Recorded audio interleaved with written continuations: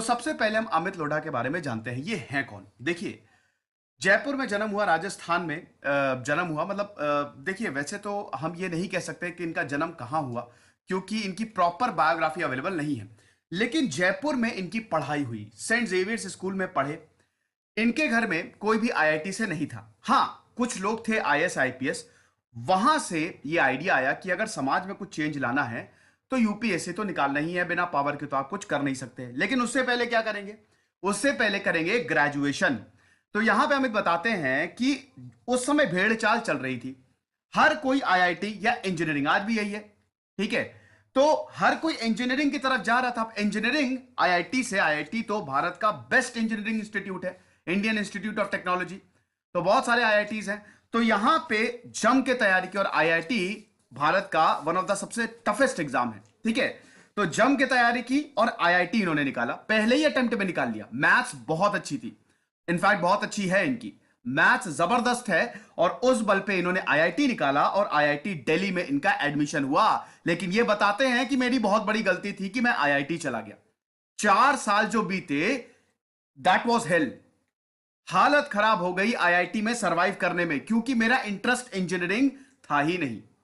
I was not at all interested in engineering. मुझे कोई खास इंटरेस्ट नहीं था। तो मेरे वहां पे ग्रेड्स कमाने लगे, मेरा कॉन्फिडेंस चला गया। मुझे सुसाइडल थॉट्स तक आते थे, मैं डिप्रेशन में चला गया। मैं मैथ्स में बहुत अच्छा था, मेरी पेंटिंग बहुत अच्छी थी, मैं स्पोर्ट्स में अच्छा था। लेकिन कभी भी मुझे इस तरीके के इवेंट में पार्ट लेना होता था तो पहले ही ये डर बैठ जाता था कि मेरा नहीं होगा, मैं नहीं जीत सकता। इतनी हालत खराब हो गई। ये एक डिप्रेसिव इनके ईयर्स थे और बहुत बुरी हालत थी। 4 साल इन्होंने सिविल इंजीनियरिंग से अपना ग्रेजुएशन किया है। अपनी इंजीनियरिंग जो है, इनकी ब्रांच जो थी वो सिविल इंजीनियरिंग थी।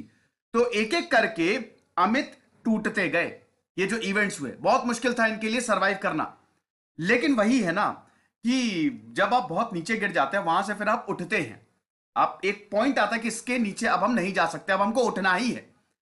बचपन से ही अमित बहुत, आज तो आप देख रहे हैं कि पब्लिक स्पीकर हैं, पूरी दुनिया और भारत में घूमते हैं, मोटिवेशनल लेक्चर्स देते हैं, बुक को सेल करते हैं और बहुत ही बेहतरीन आईपीएस ऑफिसर है। लेकिन ऐसा नहीं था, बचपन से ये बहुत ही शाय थे और काफी कमजोर थे। और आईआईटी में भी यही ट्रेंड चला। आईआईटी में भी बहुत ही ज्यादा शाय, किसी से ज्यादा इंटरेक्शन नहीं और कमजोर, हेल्प चाहिए हमेशा इनको। लेकिन इन्होंने अपने आप को पूरा बदल दिया लास्ट ईयर में।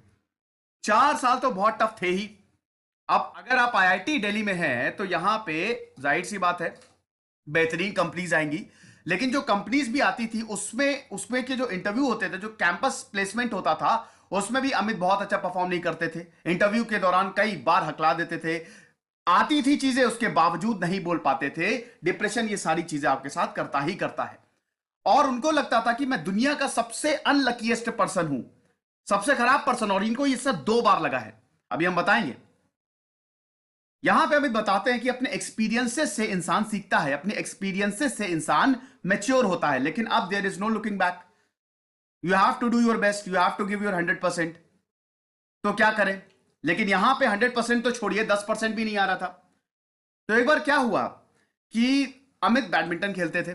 तो बैडमिंटन खेल रहे थे और वहां पे एक इनके कुलीग ने ही बोल दिया, जो आईआईटी में पढ़ रहा था, इनको चिढ़ा दिया, इनका मजाक उड़ा दिया कि तुमसे ना हो पाएगा, ये तुम्हारे लिए नहीं है। और वो चीज इनको चुभ गई। और वहां से जो इन्होंने मेहनत करनी शुरू की है, आईपीएस आईएएस तो इनको निकालना ही था। ग्रेजुएशन इनका कंप्लीट होने वाला था और इसके बाद इन्होंने ये ठान लिया कि बहुत हो गया, अब मैं अपने आप को पूरी तरीके से चेंज करूंगा। और वहां से रिफॉर्मेशन शुरू होता है। यही चीज है कि पहले इंसान दुखी होगा, पहले इंसान फेल होगा और उसके बाद उठेगा। यही रीत है, ठीक है। तो वहां से इन्होंने अपने आप को पूरी तरीके से चेंज कर दिया। ये रात रात भर पढ़ते थे और इसमें जो यूपीएससी की पढ़ाई थी वो ज्यादा होती थी, बहुत बहुत ज्यादा मेहनत करते थे ये। इन्होंने मैथ्स ली और मैथ्स में इन्होंने कमाल का काम किया। जो सवाल इनको बहुत ही मुश्किल हो रहा था मैथ्स में भी, काफी, जब इंसान का कॉन्फिडेंस डाउन होता है तो उसके जो अच्छे सब्जेक्ट होते हैं उसमें भी अच्छा नहीं परफॉर्म कर पाता, ये इनके साथ हुआ। लेकिन जैसे जैसे चीजें आगे बढ़ी वैसे वैसे इन्होंने सवालों को बहुत जल्दी हल करना सीख लिया। और उसके बाद इन्होंने यूपीएससी का एग्जाम दिया। इससे पहले एक और चीज हुई थी, ये बताते हैं, ये बहुत सारे इनके इंटरव्यूज देखे मैंने और बहुत सारे इनकी स्पीचेस सुनी और काफी आर्टिकल्स पढ़े जिनके जो भी इनके बारे में थे। तो ये बताते हैं कि जिस इंसान ने, जिस लड़के ने मेरा मजाक उड़ाया था, ठीक है, उसको मैंने हराया। और ये जो चीज थी ये मेरे लिए एक बहुत बड़ी मोटिवेशन की तरह काम की। क्योंकि हुआ क्या था कि जब उस इंसान ने बोला, उस बंदे ने बोला कि मैं कभी भी, मतलब ये बैडमिंटन बैडमिंटन कोर्ट जो है वो मेरे लिए नहीं है, तो मैंने बड़ी मेहनत की और मैं अपनी कॉलेज टीम में चुना गया और उस मतलब जो अपना जो टीम थी हमारी उसमें चुना गया और उसके बाद इसी इंसान को हराया और उसके बाद कभी पीछे मुड़ के नहीं देखा। और अब इन्होंने सोचा कि मुझे यूपीएससी निकालना है, अपना 100% दिया इन्होंने, 100% दिया, बहुत पढ़ाई की, बहुत मेहनत की, स्ट्रिक्ट शेड्यूल बनाया। ई ग्रेड मिला था आईआईटी में इनको, मैथ्स में ई ग्रेड मिला था, लेकिन उसके बावजूद इन्होंने मैथ्स चुना और उसके बाद इन्होंने यूपीएससी क्रैक किया। He was in one of the toppers. UPSC निकाला, देश का सबसे टफेस्ट एग्जाम। इससे इससे बेहतरीन चीज क्या हो सकती है? लाइफ ने इतना कुछ सिखा दिया कि अब हम सब सीख गए, अब हम फेल हो ही नहीं सकते, अब सक्सेस ही लेनी है। तो यहां पे मेहनत करके इन्होंने यूपीएससी निकाला और आईपीएस बन गई है, एएसपी बन गए। अब जब ये आईपीएस बने तब भी प्रॉब्लम खत्म नहीं हुई। 23-24 साल के थे, यूपीएससी निकाल लिया, ग्रेजुएशन उनके, जस्ट इनका ग्रेजुएशन खत्म हुआ था, अब यूपीएससी निकाल लिया, तो डेफिनेटली टैलेंटेड, सुपर टैलेंटेड। तो यहां पे थोड़ा बहुत बताते हैं कि मुझे घमंड भी आ गया था क्योंकि जो इनकी पोस्टिंग थी नालंदा में, बिहार में इनकी पोस्टिंग थी, ठीक है, इनको अपना राजस्थान छोड़ना पड़ा, होम टाउन इनको अपना छोड़ना पड़ा।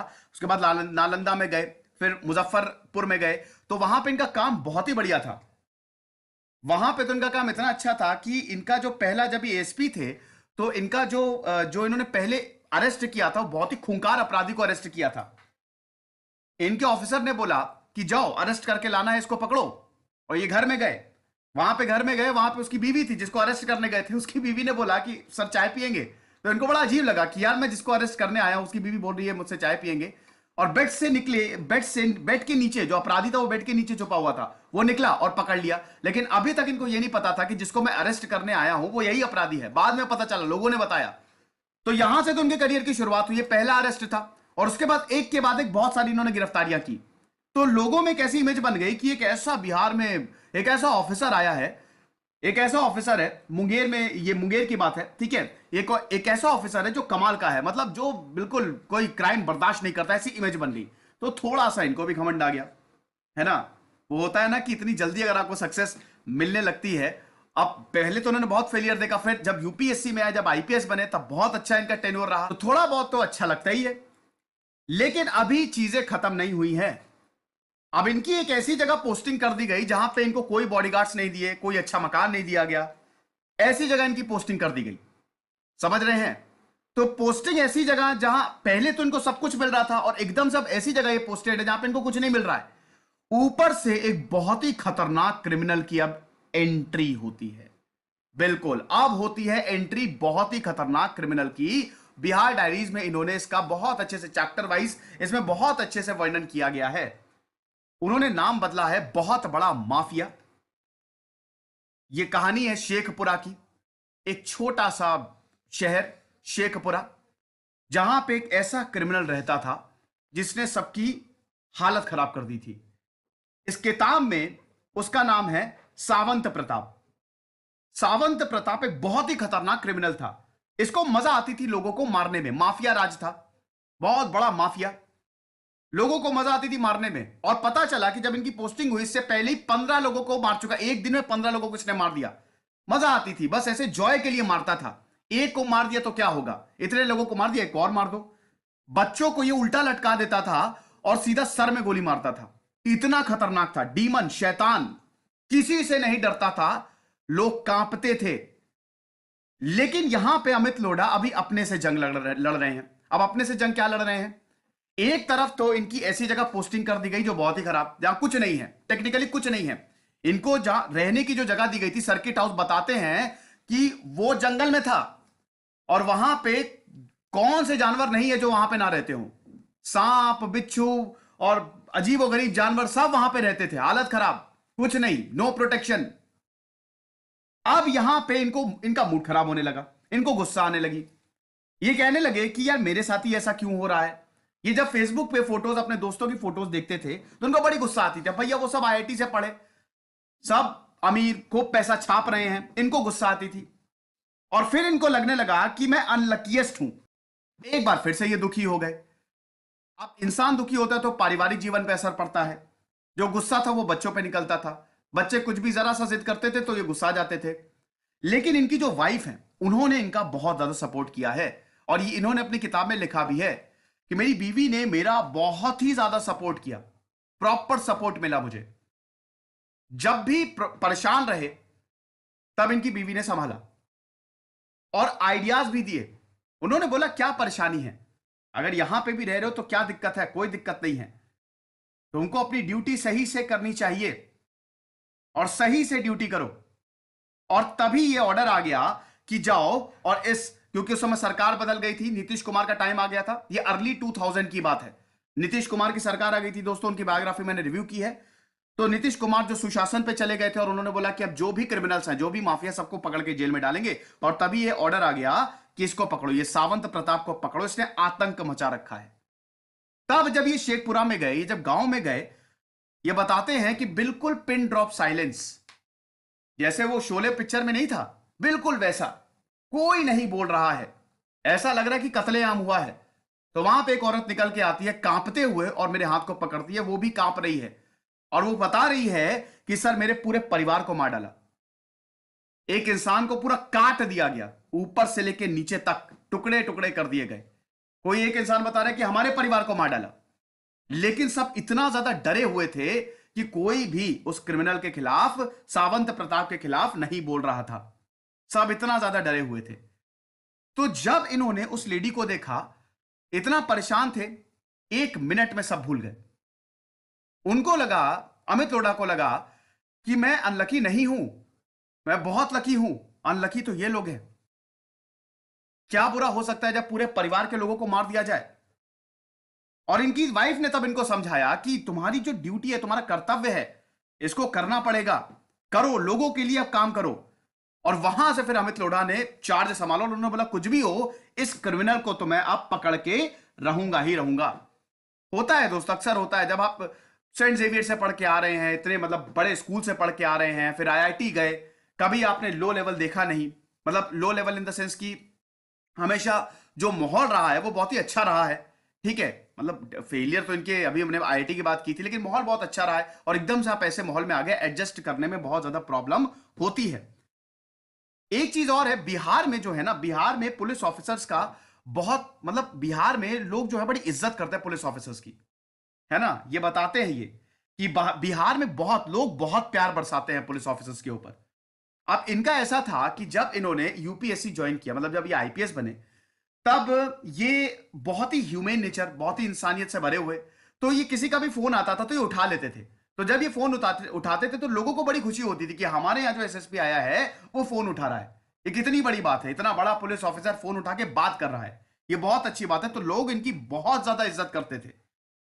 ठीक है, लेकिन फिर जब शेखपुरा में इनकी पोस्टिंग हुई तब प्रॉब्लम शुरू हो गई। तब इन्होंने ये डिसाइड किया कि सावंत कुमार को पकड़ूंगा, सावंत प्रताप को पकड़ूंगा। लेकिन ये इतना आसान नहीं था, ये बहुत मुश्किल था, क्योंकि इसकी पूरी अपनी आर्मी थी। इसने अपना पूरा साम्राज्य बना रखा था जिसको तोड़ना बहुत ही ज्यादा मुश्किल था। तो कैसे करें, कोई बोलने को इसके खिलाफ तैयार नहीं, अरेस्ट भी बहुत ज्यादा मुश्किल। तो बकायदा स्ट्रैटेजी बनाई इन्होंने। इसका जो राइट हैंड था, किताब में इसका नाम हॉर्लिक्स है, इसका जो राइट हैंड था उसको पकड़ा इन्होंने।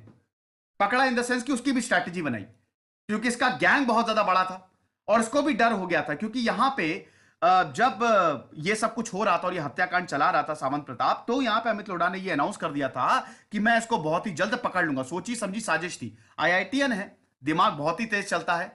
तो अगर कोई ऐसे पब्लिकली अनाउंस कर रहा है तो जाहिर सी बात है अगला इंसान डरेगा ही डरेगा। तो सावंत प्रताप भी अब डर गया था। और यहां पे दोस्तों हुआ क्या कि पहले सावंत प्रताप को तो बाद में पकड़ेंगे, पहले इसके सबसे खास आदमियों को पकड़ो। तो जो इसका राइट हैंड था हॉर्लिक्स, इसको पकड़ने की अब जद्दोजहद शुरू होती है। यहां पे दोस्तों क्योंकि इनको इंजीनियरिंग आती ही थी बहुत अच्छे से, तो इन्होंने जो फोन पे बात होती थी उसको टैप करना शुरू किया। बाकायदा वहां पे फोन को टैप करना, फोन को ऑब्जर्व करना शुरू किया। जाहिर सी बात है इन्होंने पुलिस से परमिशन ली। और उसके बाद जो सावंत प्रताप का राइट हैंड था उसकी बातचीत ये सुनने लगे फोन पे कि कहां बात कर रहा है, किससे बात कर रहा है, क्योंकि दोस्तों उसका कोई पता नहीं था वो है कहां, कहां है, हर कोई किसी को पता नहीं था। ऊपर से दोस्तों इनके डिपार्टमेंट का एक पुलिस ऑफिसर जिसपे ये बहुत ज्यादा भरोसा करते थे, वो सावंत प्रताप का खास था। जब ये फोन पे बातें सुन रहे थे, ठीक है, क्योंकि इन्होंने फोन को पूरा अपने कंट्रोल में ले लिया, हैक कर लिया, तो जब ये फोन पे बातें सुन रहे थे तो इसमें इनका पुलिस ऑफिसर जिसपे ये बहुत भरोसा करते थे, उन्होंने ये बोला कि भैया सावंत भैया छुप जाइए, क्योंकि जो नया एसपी आया है ये बहुत ही खतरनाक है, ये आपको पकड़ लेगा, और फोन को स्विच ऑफ कर लीजिए क्योंकि ये फोन सबके टैप कर रहा है। तो तुरंत सबने फोन स्विच ऑफ कर लिए। अब बहुत ज्यादा प्रॉब्लम की कैसे पकड़े। लेकिन ये जो हॉर्लिक्स था ये क्या करता था, इसका अपनी भाभी के साथ अफेयर था, तो ये फोन पे अपनी भाभी के साथ बात करता था और 4-4 5-5 घंटे बात कर रहा है। आई होप आप समझ रहे होंगे, यहां पे इनको पकड़ना है लेकिन हर कोई अंडरग्राउंड है, पकड़े कहां, किसी की कोई खोज खबर है ही नहीं, तो कैसे पकड़ेंगे फिर ऐसे लोगों को। तो जाहिर सी बात है, जब फोन को अगर आप टैप कर रहे हैं, फोन को हैक कर रहे हैं, तो पता चल जाएगा, लोकेशन आपकी पता चलेगी अगर फोन टैप हो रहा है। तो यहां पे जो फोन पे बात करता था हॉर्लिक्स अपनी भाभी से अफेयर, और 4-4 5-5 घंटे बात कर रहा है, और अमित लोढ़ा इस 4-4 5-5 घंटे की बात को बाकायदा सुनते थे और परेशान भी होते थे कि 4-4 5-5 घंटे वही रोमांस की बात हो रही है, क्या किया क्या खाया, यहां चलते हैं, कैटरीना कैफ जैसी लगती हुई, ये सब बातें हो रही है ना। इस चैप्टर का नाम है क्रेजी किया रे, इस किताब में उस समय धूम पिक्चर आई थी तो वही क्रेजी किया रे, इसी पे ही ये चैप्टर का नाम रखा गया। तो ये परेशान, कोई सुराग नहीं मिल रहा, कुछ नहीं मिल रहा है, क्या करें। फिर एक एक मिनट पे वो अपनी बीवी से भी बात करता था, अपनी वाइफ से भी बात करता था, और बोलता था कि बेटा देखो, मतलब अपनी वाइफ से बोलता था कि ऐसा है कि बच्चों को बहुत अच्छे से पढ़ाओ, बच्चों को बड़े होकर एसएसपी बनाएंगे, एसपी बनाएंगे, पुलिस में भेजेंगे, पुलिस में बड़ा ऑफिसर बनाएंगे। तो यहां पे हॉर्लिक्स का है अपनी भाभी से अफेयर, और वो 4-4 5-5 घंटे बात कर रहा है, लेकिन अपने बच्चों का भी बोल रहा है कि इसको भी ये सारी अच्छी एजुकेशन देनी है। तो अब दोस्तों कहानी आगे बढ़ती है, कहानी आगे बढ़ती है, फिर हम ये देखते हैं कि कोई सुराग नहीं, फोन पे फोन बजे जा रहे हैं, 4-4 5-5 फोन अपने पास लेके चलते थे अमित लोढ़ा, ताकि फोन को अच्छे से ऑब्जर्व कर सके, बातों को अच्छे ऑब्जर्व कर सके। फिर एक दिन ये पता चल गया, एक दिन फाइनली इसने लोकेशन को रिवील कर दिया। ये जो हॉर्लिक्स था, जो राइट हैंड है, जो इसका शूटर था सावंत प्रताप का, इसने अपनी लोकेशन को रिवील कर दिया, और उसके बाद इसको अरेस्ट किया गया। और जब इसको अरेस्ट किया गया फिर इसको लेके आए गए। अब अगला जो टारगेट है वो है सावंत प्रताप। सावंत प्रताप को भी ऐसे ही पकड़ा, सावंत प्रताप को भी, उसका भी फोन बिल्कुल ऑब्जर्व कर रहे थे लगातार। अब सावंत प्रताप का जो अफेयर था वो हॉर्लिक्स की वाइफ के साथ था। अब देख रहे हैं क्या हो रहा है, सावंत प्रताप का अफेयर हॉर्लिक्स की वाइफ के साथ था, तो वो भी बात करता था, तो इसको भी ऐसे ही पकड़ा, फोन को ऑब्जर्व करके पकड़ा। और जब इसको पकड़ने गए, जब इसको, हालांकि ये खुद नहीं गए थे, इन्होंने अपने जूनियर को भेजा था, जब इसको पकड़ने गए तो ये नहा रहा था, है ना। तो बिल्कुल एकदम कहते हैं ना कि विलन स्टाइल में निकला। जब पुलिस गई इसके घर में, विलन स्टाइल में साबुन लगाते हुए, पूरे शरीर में साबुन लगाता और निकला, और इसकी बकायदा परेड करवाई। और हॉर्लिक्स के साथ भी यही था, हॉर्लिक्स को जब पकड़ा था उसकी भी परेड करवाई थी। तो जब ये दो, जब सावंत प्रताप को पकड़ा गया, तब यहां पे शेखपुरा की जो जनता थी, यहां बताता अमित लोढ़ा कि ही वॉज शॉक्ड कि शेखपुरा की जनता लगातार ये नारे लगा रही थी कि शेखपुरा पुलिस जिंदाबाद। और हीरो वेलकम मिला यहां पे अमित लोढ़ा को, and all the credit goes to Amit Lodha. ये पूरी कहानी थी, एकदम फिल्मी स्टाइल की कहानी थी। अब यहां पे बहुत सारे लोग ये बोलने लगे कि आपने पकड़ा कैसे इसको, इतना मुश्किल था इसको पकड़ना। इवन चीफ मिनिस्टर भी पूछने लगे कि कैसे पकड़ा यार, हमको भी बताओ। तो एक दिन ये जयपुर में थे, नीरज पांडे वहां पे शूटिंग कर रहे थे, तो उन्होंने भी बोला कि कैसे पकड़ा। फिर उन्होंने जब पूरी कहानी बताई तब उन्होंने बोला अरे यार, इस पे तो पिक्चर लिखनी चाहिए और इस पे तुम किताब लिखो। तो वहां पे फिर अमित लोढ़ा ने किताब लिखी, बिहार डायरीज, जो कि बेस्ट सेलिंग रही है दोस्तों, है ना, बहुत बेहतरीन किताब है, आप जरूर पढ़िएगा। तो बिहार डायरीज इन्होंने लिखी, और उसके ऊपर अब शायद वेब सीरीज और मूवी भी बन रही है। इमरान हाशमी ने इनकी किताब को लॉन्च किया था। इमरान हाशमी के बारे में बताते हैं, बहुत पढ़ते हैं इमरान हाशमी, ऐसे उनकी पब्लिक इमेज और है, लेकिन वो काफी किताबें पढ़ते हैं। तो ये चीज थी। उसके बाद दोस्तों इनको बहुत सारे मेडल्स मिले, इन्होंने बहुत ही अच्छा काम किया। भारत के वीर पोर्टल जो है, जिसमें आप डोनेट कर सकते हैं, जो जो हमारे पैरामिलिट्री फोर्सेस के जवान हैं, ठीक है, जो मार्टेड, जो शहीद जवान है, भाई शहीद है, अब उनकी फैमिली को भी देखना पड़ता है, तो भारत के वीर.gov.in पे आप जाके डोनेट कर सकते हैं। और अभी तक ये 45 करोड़ रुपए जुटा चुके हैं, ठीक है। तो ये बहुत अच्छा इनिशिएटिव, संभव इनिशिएटिव इन्होंने लॉन्च किया है। अभी तो बीएसएफ में है दोस्तों ये, ठीक है, बीएसएफ में। और बीएसएफ की कहानी भी, अब इनकी पोस्टिंग जो है वो बेगूसराय में हो गई। बेगूसराय में इनकी पोस्टिंग हो गई। तो बेगूसराय पूरा नक्सल एक्टिविटीज के लिए वो थोड़ा एरिया जो है वो जाना जाता है। तो इनके पास इनके वहां पे भी हमला हुआ, बेगूसराय पे भी नक्सलियों ने इन पे हमला किया। ठीक है। और उसके बाद ये दोस्तों इनकी फैमिली को भी थ्रेट था, क्योंकि इतने बड़े अगर क्रिमिनल को आपने पकड़ा है, सावन प्रताप बहुत बड़ा क्रिमिनल, उसको पकड़ा है, तो इनके परिवार को भी बहुत ज्यादा थ्रेट था। लेकिन ये बताते हैं कि हम तैयार रहते हैं, मैं इतनी बड़ी पोस्ट पे हूं तो मैं पूरा तैयार रहता हूं, मेरी जिम्मेदारी है कि मैं अपनी फैमिली को बचाऊंगा, मैं किसी और से मदद नहीं मांगूंगा। ठीक है। तो ये इनका करियर था, शानदार करियर रहा है। और उसके बाद सरकार ने बकायदा इनको नवाजा, इनको मेडल्स दिए। ठीक है। इनको गैलेंट्री अवार्ड मिला, जो इंटरनल सिक्योरिटी बहुत ही एक प्रेस्टिजियस मेडल होता है। ठीक है। तो ये कहानी जो है ये कमाल की रही, सुपर कॉप, फैमिली सपोर्ट बहुत ज्यादा है, बहुत ज्यादा रहा, स्पेशली इनकी वाइफ का। स्पेशली इनकी वाइफ का ये किस्सा बताते हैं, ये किस्सा बताते हैं कि एक ब्यूटी कुमारी करके एक लड़की थी। ठीक है। और वो इनको बहुत फोन करती थी, बहुत फोन करती थी। और अब जाहिर सी बात है, तारीफ हर किसी को सुननी अच्छी लगती है, और बहुत तारीफ करती थी कि आप बहुत अच्छे हैं। तो एक दिन इनके पुलिस स्टेशन में आ गई, है ना, पुलिस स्टेशन पे आ गई, और उसके बाद इनके ऊपर कूद गई और हाथ पकड़ लिया कि सर आप बहुत अच्छे लगते हैं, और हम दीदी को मना लेंगे, मतलब इनकी वाइफ को मना लेंगे, आप हमको घर ले चलिए। तो फिर किसी तरीके से उसको मनाया गया। और उसके बाद ये जब घर आए तो अपनी वाइफ से पूछा कि मतलब अब जाहिर सी बात है, एक इंसान को इतनी तारीफ मिली है तो थोड़ी और तारीफ सुनना चाहेगा, और अगर कोई इंटेलिजेंट इंसान उसकी तारीफ कर दे तो सोने पे सुहागा। तो वाइफ से पूछा कि तुमने मुझे मुझे क्या देखा, क्या देखा जो तुमने शादी कर ली। तो इनकी वाइफ ने कुछ नहीं बोला, इग्नोर कर दिया सवाल को, और बोला कि तुम आईपीएस थे इसलिए मैंने कर ली। तो ये आप देख सकते हैं ना कि बिल्कुल बैलेंस कर दिया इनकी वाइफ ने। तो ये बताते हैं कि इस तरीके की वाइफ जो आपकी तारीफ नहीं बल्कि आपकी बुराई करे, आपकी कमियों को उजागर करे, ताकि आप और अच्छे इंसान बन पाए, इस तरीके का अगर आपको जीवन साथी मिले तो कमाल हो जाता है।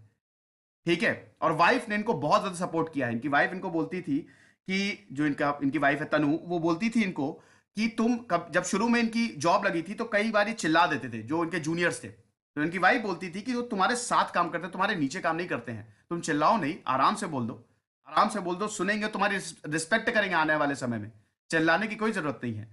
जो तुम्हारे जूनियर्स है वो तुम्हारे साथ काम करते हैं, तुम्हारे नीचे काम नहीं करते हैं। तो इनकी वाइफ ने इनको बहुत ज्यादा सिखाया है, और किताब में बहुत बताया इन्होंने अपनी वाइफ के बारे में। तो ये कमाल की जो कहानी थी अमित लोढ़ा सर की थी, और अभी भी ये बहुत ही ज्यादा एक्टिव है। तो आई होप आपको लेक्चर पसंद आया होगा। तो देख लीजिए, अगर आपको आईपीएस बनना है, आईएएस बनना है, तो बस लग जाइए, पढ़ाई शुरू कर दीजिए, अपने आप दुनिया झुक जाएगी। खुश रहिए, पढ़ते रहिए। दिस इज सिद्धांत अग्निहोत्री, साइनिंग ऑफ।